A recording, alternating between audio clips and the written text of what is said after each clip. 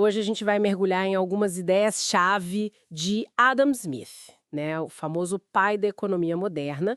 Vamos usar uns trechos de A Riqueza das Nações, da versão A Mão Invisível.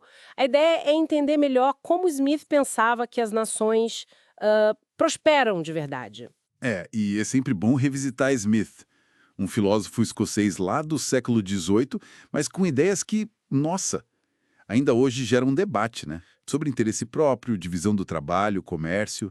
Vamos tentar entender a lógica por trás disso tudo. Legal, então vamos começar por um conceito central dele, a divisão do trabalho. Smith dizia que era tipo o motor para aumentar a produtividade, certo? Ele usava exemplos tipo a fábrica de alfinetes para mostrar como especializar multiplicava tudo. Mas por que isso funciona tão bem? Bom, Smith apontou três motivos principais, né? Primeiro, o trabalhador fica mais ágil, mais rápido na tarefa específica dele. Segundo, economiza tempo. Não tem aquela perda de tempo de ficar trocando de ferramenta, de lugar. Ah, sim. E terceiro, facilita a invenção de máquinas. Quando a pessoa foca numa coisa só, fica mais fácil pensar em como automatizar, né? Entendi. Mas ele notou uma diferença importante na agricultura. Lá, por causa das estações, do tipo de trabalho, não dá para dividir tanto as tarefas. Por isso, ele dizia que o ganho de produtividade na agricultura era bom, mas limitado que na manufatura.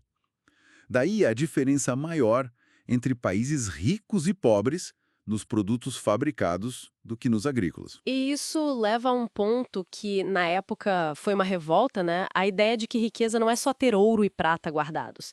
Parece meio óbvio pra gente hoje, talvez, mas como ele desmontou essa ideia mercantilista tão forte na época? Foi uma mudança de foco total. Os governos queriam acumular metal, né? Exportar mais, importar menos para ter superávit. A tal balança comercial favorável. Mas Smith disse, olha, a riqueza mesmo de uma nação é o total de bens e serviços que o trabalho e o capital dela conseguem produzir e que as pessoas podem consumir durante o ano. A capacidade de produção, então. Exato. Ouro e prata são só ferramentas de troca. Úteis, claro, mas não são a riqueza em si. A medida real era o que se podia produzir e consumir. Entendi. E se a riqueza é produção, não ouro, a visão sobre comércio internacional muda completamente, né? Aquelas barreiras todas para proteger a indústria local ou forçar a exportação perdem um pouco o sentido, imagino. Perdem muito sentido na visão dele. Smith fazia uma analogia ótima, a de um chefe de família prudente. Ele diria, por que raios você vai fazer em casa algo que pode comprar mais barato do vizinho? Boa. Então, tarifas altas, proibições. Para ele, isso geralmente força o capital a ir para um caminho menos produtivo do que iria naturalmente. Acaba diminuindo a riqueza total da sociedade, sabe? Em vez de aumentar. Exato. Ele via o livre comércio como algo bom para todos os envolvidos. Amplia mercados, estimula cada um a fazer o que faz melhor, mesmo que a balança, em termos de ouro, parecesse desfavorável para um lado. Claro, ele tinha exceções, né? Defesa nacional ou para igualar impostos internos. Certo, as exceções práticas. E aí que entra a famosa mão invisível, né? Essa ideia de que cada um buscando o próprio lucro, meio que sem querer, ajuda todo mundo. Parece quase mágica. Como funciona isso? Hum. Smith observou uma coisa interessante. Quando a pessoa busca o melhor retorno para o capital dela, e o mais seguro também, muitas vezes ela prefere investir perto de casa, onde conhece melhor, né? Ao fazer isso, buscando o próprio ganho, ela acaba direcionando a produção para aquilo que tem mais valor para a sociedade naquele momento. Mesmo sem essa intenção. Exatamente. O resultado somado de muita gente fazendo isso é que o bolo total da produção anual da sociedade cresce ao máximo. E ele achava que essa busca individual, egoísta até, muitas vezes funcionava melhor para promover o bem público do que tentar controlar tudo com regra do governo. Fascinante. E ele usou essa lente até para olhar para a história, tipo a descoberta da América. Muita gente achava que a Europa ficou rica por causa do ouro e da prata de lá. Sim, mas a visão de Smith era diferente. Para ele, esse ouro e prata até ficaram mais baratos na Europa por causa da abundância.